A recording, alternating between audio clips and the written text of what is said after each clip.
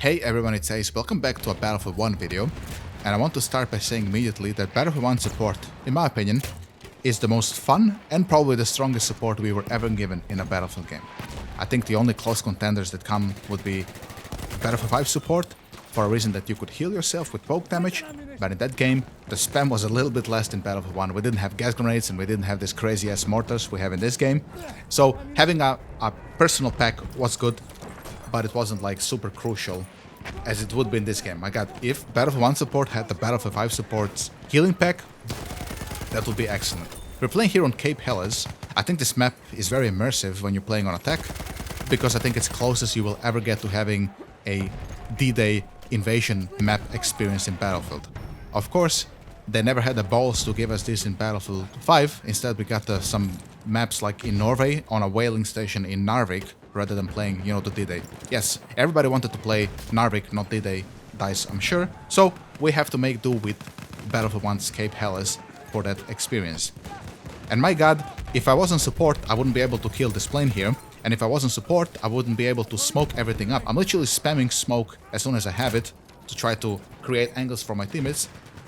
Honestly, in Battlefield 1, it doesn't even matter if you cannot place a super well deep play smoke like you could in Battlefield 5. Remember, Medic in Battlefield 5, he has the rifle smoke grenade launcher, which he can like, you can aim and shoot that smoke super deep. Here, it's a little bit more random where it lands and, you know, you take a lot of poke damage, so by the time you land the smoke as support, you have to kind of take a trade here. Do I peek for like 5 to 10 seconds to show a perfect smoke and then I lose like 90% of my health, so I have to wait for 10 seconds to push?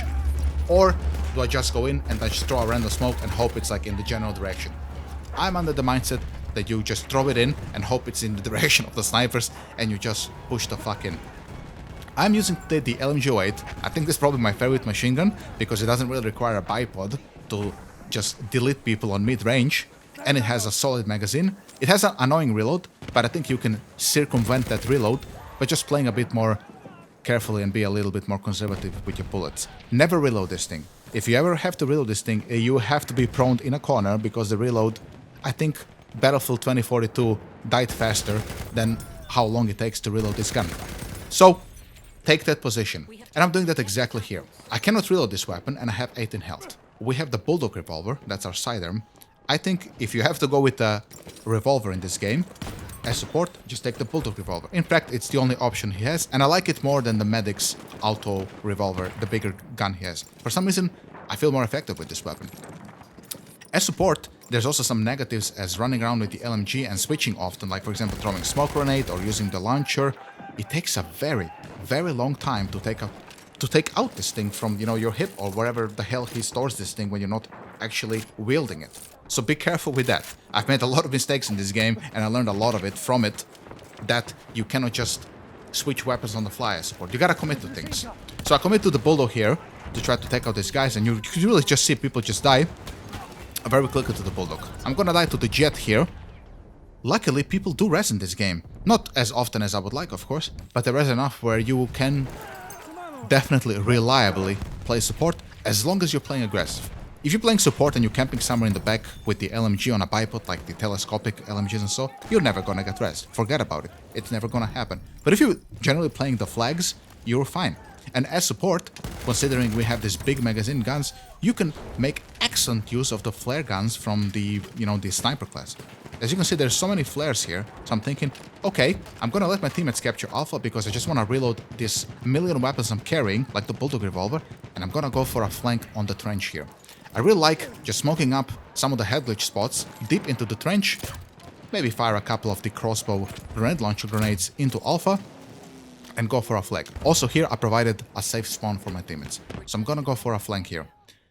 I see a couple of guys immediately on the radar here. I'm gonna take out the first sniper, and I'm slowing down the footage here because I wanna show you something which I think was quite interesting. I killed the first sniper, and I pull out the Bulldog revolver to fight this sniper. He takes a shot, I take 2 shots. I have 18 health, he has 18 health. However, I stood my ground. Every sniper naturally goes into a corner or prones or crouches to try to reload his sniper after he took a shot. It's just the nature of how the bolt action things reload, right? So all you have to do is just stand your ground. He's gonna re-pick you. You can move a little bit, but just stand your ground. And then you will kind of deny him this picker's advantage when you are the one who is looking where he's gonna pick from.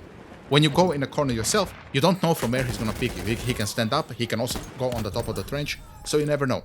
I would recommend when you've taken 1v1s with them on close to mid distance, just hold your ground.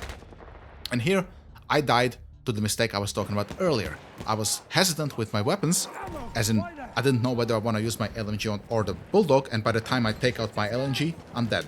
When I was editing the footage, I went back a couple of times to rewatch these clips of my deaths in this video, and I saw that every time I died was because I was pulling out the LMG rather than just committing to the Bulldog or not switching to the Bulldog at all.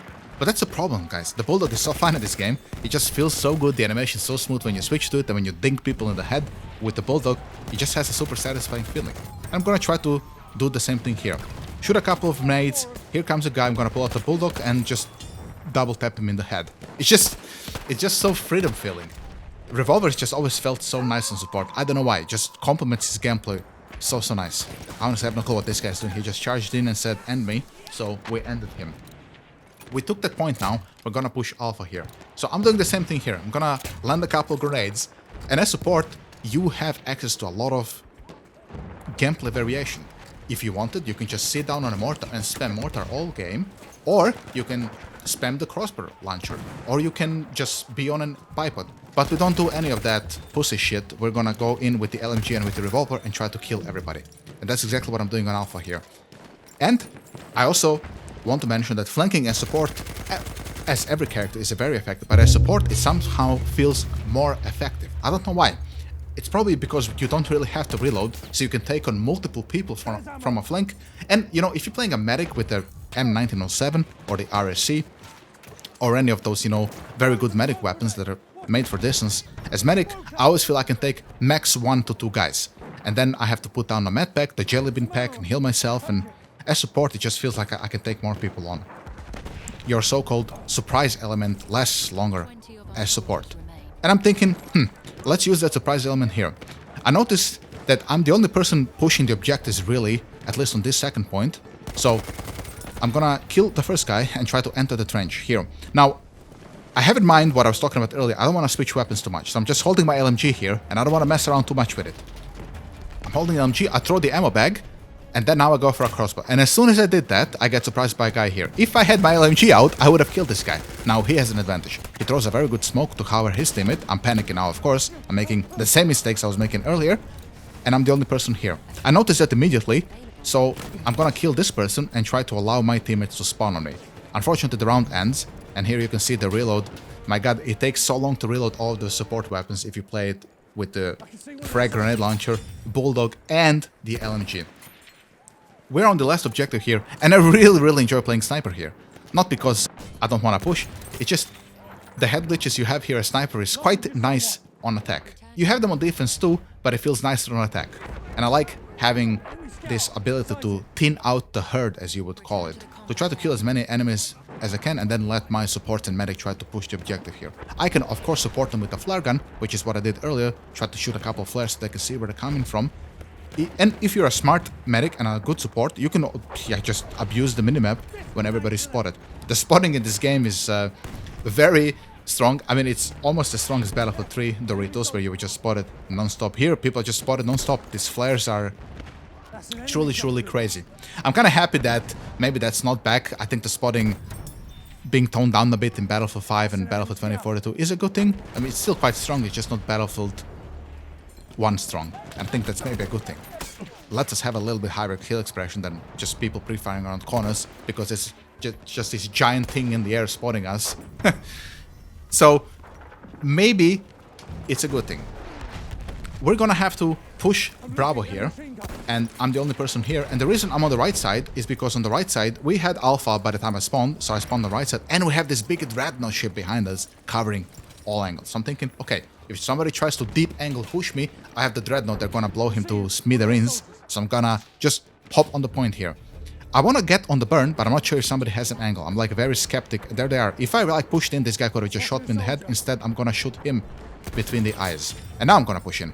So this is kind of how I like playing sniper. And that's Battlefield 1 in general, right? I clarified this in my other video. Battlefield 1 is all about getting like 1 to 3 kills checking if somebody's peeking you, and then pushing in. The game has no movement, so this is how you have to play it.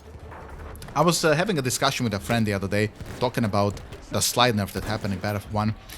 I think, honestly, that was not a good thing, because I really enjoy movement in video games. Not crazy movement, but, you know, enough where I can try to outskill the enemy.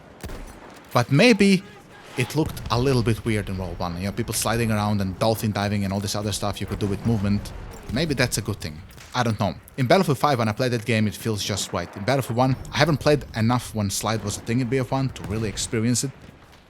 If you played BF1 during those times with slide, let me know how it felt. Do you like it more now when it's a little bit more static and more strategical? Like taking shots, killing people, and then moving 2 or 3 meters and having this strategic taking position type of gameplay? Or did you like just sliding in, smoking everything, gassing people, and then just killing them outright that way? That's gonna be it from me. I hope you enjoyed this video. Have a good weekend, and I'll see you next time. Leave a like and subscribe. See ya!